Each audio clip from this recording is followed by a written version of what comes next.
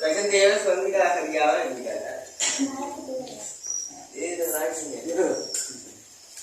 कल म्यूटेशन के बारे में थोड़ा सा जाना था, आज म्यूटेशन के बारे में पूरा डिटेल से पढ़ेंगे। म्यूटेशन क्या होता है, म्यूटेशन कितने प्रकार के होते हैं, ठीक है, और वो म्यूटेशन की वजह से कौन कौन सा रोग होता है थोड़ा उसके बारे में जानेंगे। बाद में जानेंगे कि वो रोग कैसे होता है, उसका क्या क्या लक्षण होता है इसके बारे में ना। तो सबसे पहले फिर से हेडिंग डालेंगे म्यूटेशन, जिसको हम हिंदी में करते हैं परिवर्तन।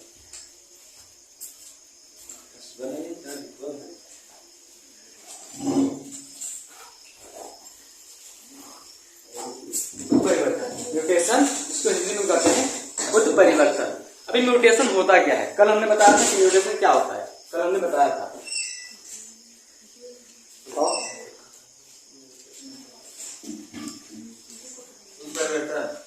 परिवर्तन क्या होता है इसके बारे में तो बताया था।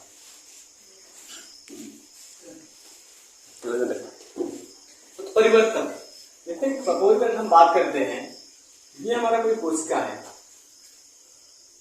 ये हमारा कोई कोशिका है, इस कोशिका के अंदर एक केंद्रक पड़ा हुआ है, ठीक, इस कोशिका के अंदर एक केंद्रक पड़ा हुआ है और इसी केंद्रक में ढेर सारे गुणसूत्र हैं।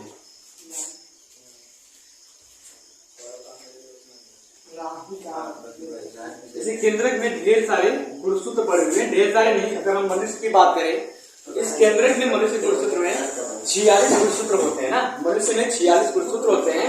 अगर हम जोड़े की बात करें तो 23 जोड़ी गुणसूत्र पड़े होते हैं।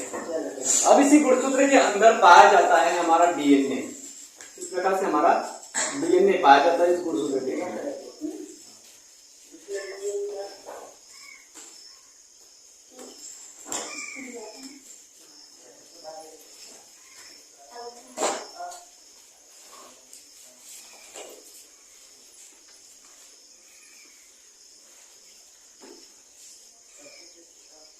ये हमारा डीएनए है, ये हमारा गुणसूत्र है, जिसको हम क्रोमोसोम कहते हैं, ठीक, गुणसूत्र जिसको हम क्रोमोसोम कहते हैं, या फिर इसी को हम क्रोमोसोम कहते हैं। जो क्रोमोसोम होती है वो होती है 46, ठीक, 46 क्रोमोसोम होता है मनुष्यों में, 46 गुणसूत्र होता है मनुष्यों में। अगर हम जोड़ी की बात करें तो 23 पेयर यानी कि 23 जोड़ी होती है ना, 23 जोड़ी क्रोमोसोम पाया जाता है मनुष्यों के अंदर, ठीक। अब अगर इधर बात करें तो इसी के अंदर डीएनए भी है, इसी के अंदर डीएनए भी है, ठीक है, और इसी के अगल बगल कहीं पर प्रोटीन भी है, यहीं पर प्रोटीन भी लगा हुआ है, यहीं पर प्रोटीन भी लगा हुआ है, ठीक है। अब देख लो, जो डीएनए होता है, गुणसूत्र के अंदर जो डीएनए पाया जाता है, इसी डीएनए के ऊपर जीन उपस्थित होता है, डीएनए के ऊपर जीन उपस्थित होता है। इस प्रकार से इसी डीएनए के ऊपर जीन उपस्थित है, ठीक है, इस प्रकार से डीएनए के ऊपर जीन उपस्थित है। ये क्या है हमारा, ये जीन है, ठीक है, जीन है। और ये जीन जो होता है वो जिम्मेदार होता है, यानी कि काम करता है आरएनए बनाने का। जीन जो होता है वो आरएनए बनाने का काम करता है, और जो आरएनए होता है वो चाहे तो आर प्रकार का आरएनए बने, ठीक है, जिसको हम आरएनए कहते हैं, एमआरएनए, टीआरएनए, ठीक है, टीआरएनए, ये है आरएनए के प्रकार 3 जो जीन से मिलकर के बनते हैं आरएनए। जीन जो होता है वो आरएनए का निर्माण करता है। अब देखो, जितने भी कोशिका है, हमारी जो शरीर है वो कोशिकाओं से मिलकर के बनी हुई है, और हम सभी जानते हैं कि प्रत्येक कोशिका के अंदर केंद्रक पाया जाता है। जितने भी यूकैरियोटिक कोशिका है उसके अंदर केंद्रक पाया जाता है, लेकिन प्रोकैरियोटिक कोशिकाओं के अंदर केंद्रक नहीं पाया जाता।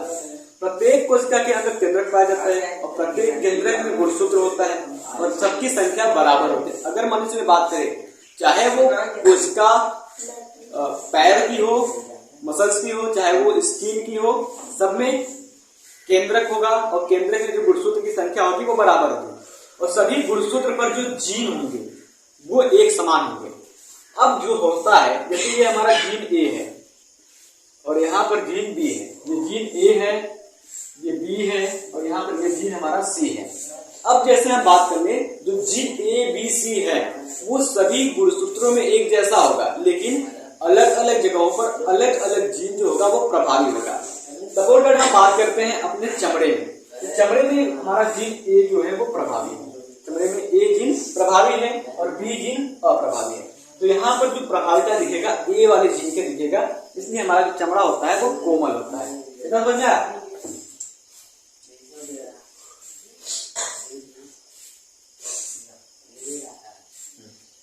अरे देखो, अब ये जो अलग अलग जीन होते हैं ना, अलग अलग जो जीन होते हैं वो अलग अलग प्रकार के प्रोटीन का निर्माण करते हैं। ठीक है, जो अलग अलग जीन होते हैं वो अलग अलग प्रकार के प्रोटीन का निर्माण करते हैं, अलग अलग कार्यों को करने के लिए जिम्मेदार होते हैं। जब इसी जीन में, ठीक है, ये जो गुणसूत्र के ऊपर जीन उपस्थित है, इस जीन में जब बदलाव होता है उसे कहते हैं उत्परिवर्तन। समझना क्या कहेंगे इसको?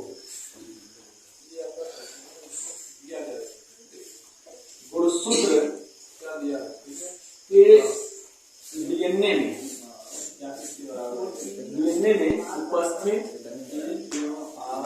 उपस्थित जीन में होने वाले बदलाव को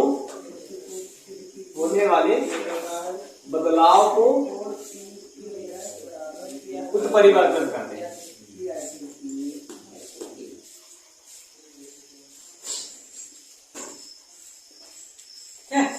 होने वाले बदलाव को उत्परिवर्तन करते हैं। देखो, उत्परिवर्तन के द्वारा ही कैंसर होता है, उत्परिवर्तन के द्वारा ही कैंसर होता है, और जिससे कैंसर होता है उस उत्परिवर्तन को कहते हैं कार्सिनोजेन। ठीक है, कार्सिनोजेन एक चीज है, उत्परिवर्तन का प्रकार है कार्सिनोजेन। उस उत्परिवर्तन की वजह से चमड़े में कैंसर हो जाता है। ठीक है, तो बनाना है इसको बना लो।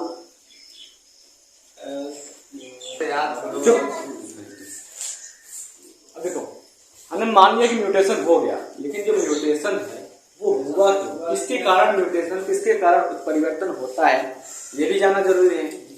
तो जो उत्परिवर्तन होता है उसके पीछे एक फैक्टर होता है, जिसको एक फैक्टर, एक कारक होता है जिसको हम कहते हैं म्यूटाजेन।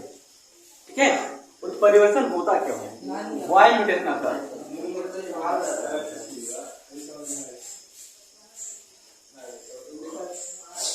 म्यूटेशन होता क्यों है?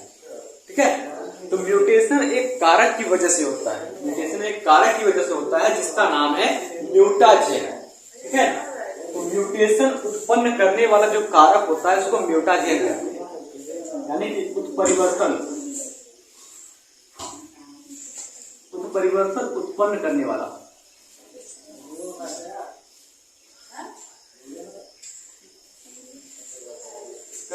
कारक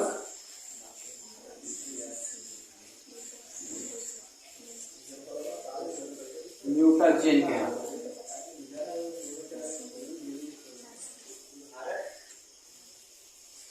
ठीक, ये उत्परिवर्तन तो हो गया, लेकिन उत्परिवर्तन होता क्यों है? उत्परिवर्तन होता है म्यूटाजेन के कारण। हिंदी में भी म्यूटाजेन, इंग्लिश में भी म्यूटाजेन ना, ये उत्परिवर्तन करने का काम करता है। अब ये जो म्यूटाजेन होते हैं, म्यूटाजेन दो प्रकार के होते हैं। ठीक है, म्यूटाजेन दो प्रकार के होते हैं। पहला जो म्यूटाजेन होता है वो होता है फिजिकल म्यूटाजेन।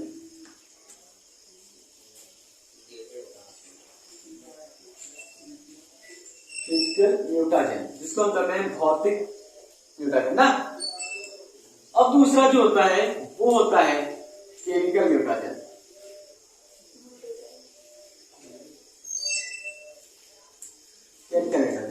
फिजिकल म्यूटाजेन और केमिकल म्यूटाजेन बहुत अलग होती है। अब अगर हम फिजिकल म्यूटाजेन की बात कर लेते हैं, फिर से यहाँ पर अगर हम फिजिकल म्यूटाजेन की बात करें तो फिजिकल म्यूटाजेन में क्या होता है? ये होता है रेस, किरणें, पावरफुल किरणें जो होती है, यानी कि जो शक्तिशाली किरणें होती है, जैसे कि हम बात कर लें अल्ट्रावायलेट रेस, ठीक है, एक्स रेस, ये सभी गामा रेस, ये सभी पावरफुल किरणें हैं जो कि उत्परिवर्तन करने के लिए जिम्मेदार होती है ना। तो पावरफुल जो रेस होती है, पावरफुल रेस यानी कि शक्तिशाली किरणें,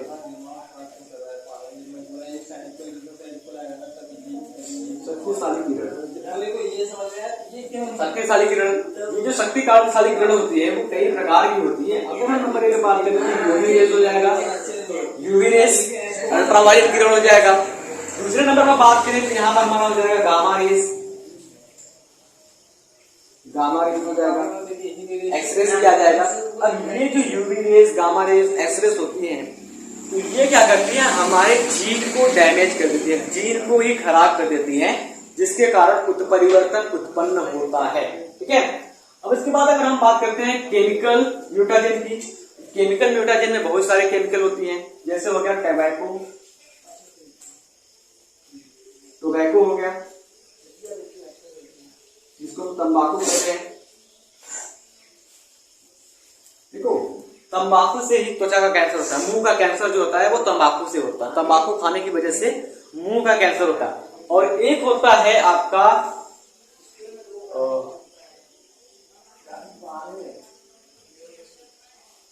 कॉल्चिसिन। ठीक, कॉल्चिसिन,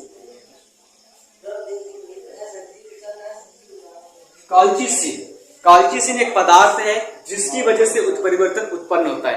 अब ये जो कॉल्चिसिन की वजह से, देखो, कॉल्चिसिन की वजह से उत्परिवर्तन उत्पन्न होता है, लेकिन कॉल्चिसिन का उपयोग करके हम जबरदस्ती उत्परिवर्तन उत्पन्न करा सकते हैं। ये पौधों के लिए उपयोग किया जाता है ना। इतना तो समझ में आया कि उत्परिवर्तन किसके कारण होता है, तो उत्परिवर्तन होता है म्यूटाजेन के कारण। ठीक, म्यूटाजेन दो प्रकार का होता है, एक फिजिकल म्यूटाजेन होता है, एक केमिकल म्यूटाजेन होता है। फिजिकल म्यूटाजेन में आपका यूवी रेज आता है और गामा रेज आता है। और अगर हम बात करते हैं केमिकल म्यूटाजेन में, तो केमिकल म्यूटाजेन में आपका टोबैको आता है, कॉल्चिसिन आता है, एक कॉल्चिसिन डाई मिलता है। ठीक है, कॉल्चिसिन डाई मिलता है, उसकी वजह से उत्परिवर्तन होता है। ठीक है। और एक जो त्वचा का कैंसर होता है, या फिर जो कैंसर होता है, कोई भी कैंसर हो, कैंसर उत्पन्न करता है। अब ये जो कैंसर होता है, तो कैंसर उत्पन्न करने वाला जो उत्परिवर्तन होता है उसको कहते हैं कार्सिनोजेन। ठीक है, कैंसर को उत्पन्न करने वाला जो उत्परिवर्तन होता है उसको कहते हैं कार्सिनोजेन। इतना क्लियर हुआ? इसके बारे में आपने लिखा था, अगर लिखना है तो आप लिखते रहिए इधर।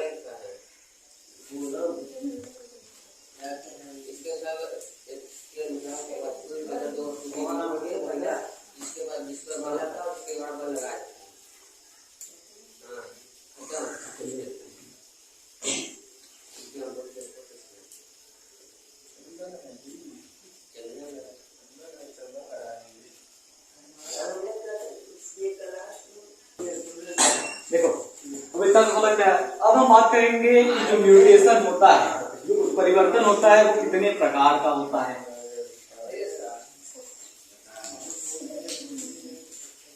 अब हम बात करने वाले हैं उत्परिवर्तन के प्रकार। तो जो उत्परिवर्तन होता है वो मुख्य रूप से 3 प्रकार का होता है। ठीक है, उत्परिवर्तन 3 प्रकार का होता है। कौन कौन सा 3 प्रकार होता है उसको भी जान लो।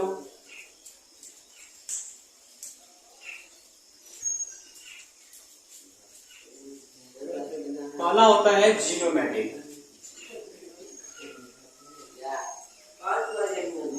ठीक। दूसरा होता है क्रोमोसोमल, क्रोमोसोमल। तीसरा होता है आपका जीन, लिखते जाओ, जीन। 3 हो गया। आज हम केवल बात करेंगे जीनोमैटिक उत्परिवर्तन के बारे में, जीनोमैटिक म्यूटेशन के बारे में। जीनोमैटिक म्यूटेशन होता क्या है, ठीक है। देखो, जीनोमैटिक म्यूटेशन में क्या होता है, यहाँ पर कोई संख्या होती है वो बढ़ जाती है। कौन सी संख्या बढ़ती है उसके बारे में हम थोड़ा सा बात कर रहे हैं। जो जीन होता है, जीन जो होता है वो गुणसूत्र के ऊपर उपस्थित होता है। हमने अभी आपको बताया, जीन जो होता है वो गुणसूत्र के ऊपर उपस्थित होता है। इसमें क्या होता है, गुणसूत्र की संख्या में वृद्धि होती है। इस जीनोमैटिक में गुणसूत्र की संख्या में, गुणसूत्र की संख्या में, गुणसूत्र की संख्या में वृद्धि, गुणसूत्र की संख्या में वृद्धि होती है। अब अगर इधर हम थोड़ा डिटेल से बात करते हैं जीनोमैटिक उत्परिवर्तन के बारे में, तो जीनोमैटिक उत्परिवर्तन जो होता है वो 2 प्रकार का होता है। ठीक है, जीनोमैटिक उत्परिवर्तन जो होता है वो 2 प्रकार का होता है। यहाँ पर वृद्धि भी हो सकती है और कमी भी हो सकती है। ठीक, वृद्धि भी हो सकती है, कमी भी हो सकती है। तो जीनोमैटिक उत्परिवर्तन जो होता है वो 2 प्रकार का होता है। एक होता है आपका पॉलीपोलैरिटी और दूसरा होता है एनोप्लैडी। पॉलीपोलैरिटी और एनोप्लैडी।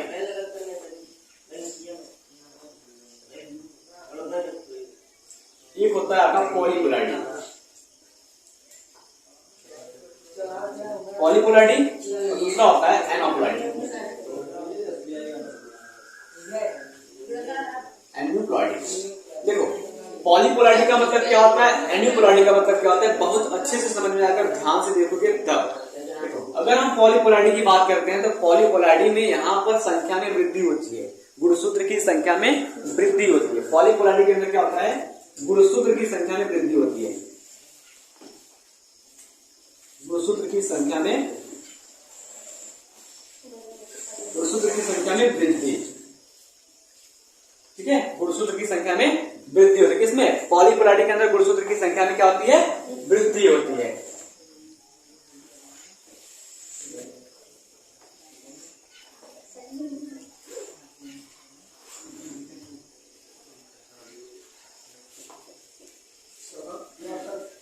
ठीक, वृद्धि कैसे होती है, पहले जानो वृद्धि कैसे होती है। जैसे कि हम बात करते हैं ये कोई पैरासिटिक कोशिका है, ठीक, ये कोई पैरासिटिक सेल है, पैरेंटल या पैरेंटल जनरेशन के लिए पैरेंटल सेल है ना, ये पैरेंटल सेल है, पैरेंटल सेल है और इस पैरेंटल सेल में गुणसूत्र पाए जाते हैं।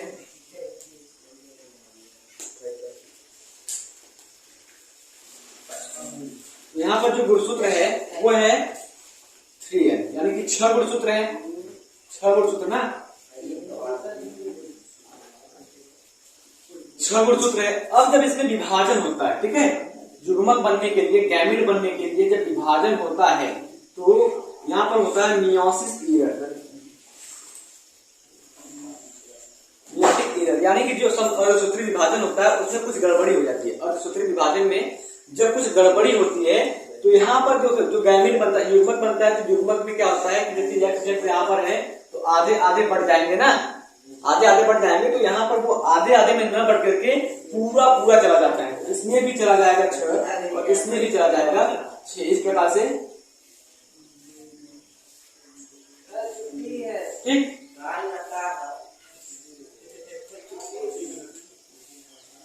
ठीक है, इस प्रकार से दोनों में 6-6 हो जाएंगे। ये देखो क्या हुआ, 6-6 हो गए, आधा आधा होने की जगह पर ये 6-6 हो गए। अब यानी कि हम जानते हैं जब आधा आधा होता तब जाकर संतान में कितना बराबर ही आता, 6 ही आता ना, 6 नहीं हुआ। जब ये पूरा पूरा विभाजन में गड़बड़ी हुई तो दोनों कोशिकाओं में 6-6 गुणसूत्र चले गए। जब ये दोनों कोशिकाएं आपस में सम्मिलित होकर के जाइगोट का निर्माण करेंगी, जाइगोट का निर्माण करेंगे तो इसकी कोशिका में 12 गुणसूत्र हो जाएंगे। इस प्रकार से 12 गुणसूत्र हो जाएंगे।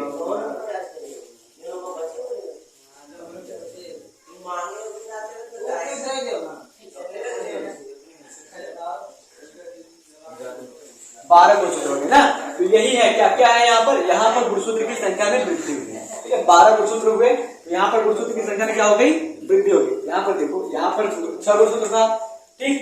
युग्मक बनते समय विभाजन सही से नहीं हुआ, विभाजन जब सही से नहीं हुआ तो दोनों युग्मक में 6-6 गुणसूत्र चले गए। जाना कितना चाहिए था, 3-3 जाना चाहिए था, लेकिन 6-6 चले गए। जब युग्मक का संलयन हुआ जाइगोट बनने के लिए तो जाइगोट में कितना हो गया, 12 गुणसूत्र हो गया। तो यही से क्या हुआ, उत्परिवर्तन उत्पन्न हो गया। ये जो संतान है ये अलग किस्म का संतान बन गया, अपने पिता के जैसे या फिर माता के जैसे संतान नहीं बना। ये उत्परिवर्तन है पॉलीपोलैरिटी का। अब अगर हम एलोपोलैरिटी की बात करते हैं, ये दूसरा बात करते हैं, तो दूसरे प्रकार में क्या होता है, एक या एक से अधिक गुणसूत्र की कमी हो जाती है। एनोपोलैरिटी की बात कर लें, एनोपोलैरिटी की बात करें तो एनोपोलैरिटी में गुणसूत्र की कमी होती है ना, गुणसूत्र की कमी। ठीक, कैसे, सपोज दैट ये हमारा कोई केंद्रक है और इसमें ये गुणसूत्र हैं, हंसी खुशी रह रहे हैं अच्छे से, इस प्रकार से अपना खुशी खुशी रह रहे हैं, ठीक है, ये सब खुश है अपने साथ, अपने परिवार में खुश है ना। अब क्या किया, इसमें झगड़ा हो गया, इसमें किसी में झगड़ा हो गया। झगड़ा होने के बाद क्या हुआ, एक गुणसूत्र क्या करा, बाहर भाग गया, बाहर की ओर भाग गया, ये बाहर की ओर भाग गया, गुस्सा होकर बाहर की ओर भाग गया। तो यहाँ पर क्या हुआ, यहाँ पर एक गुणसूत्र की कमी हो गई। क्या हुआ, एक गुणसूत्र की कमी हो गई और इसी गुणसूत्र की कमी को कहते हैं एनोपोलैरिटी। ठीक, एक गुणसूत्र की जब कमी हो गई तो इसके द्वारा एक रोग उत्पन्न होता है जिसको कहते हैं हम टर्नर सिंड्रोम। ठीक है, एक गुणसूत्र की कमी हो गई, इसके द्वारा रोग उत्पन्न होता है, इसको कहते हैं टर्नर सिंड्रोम।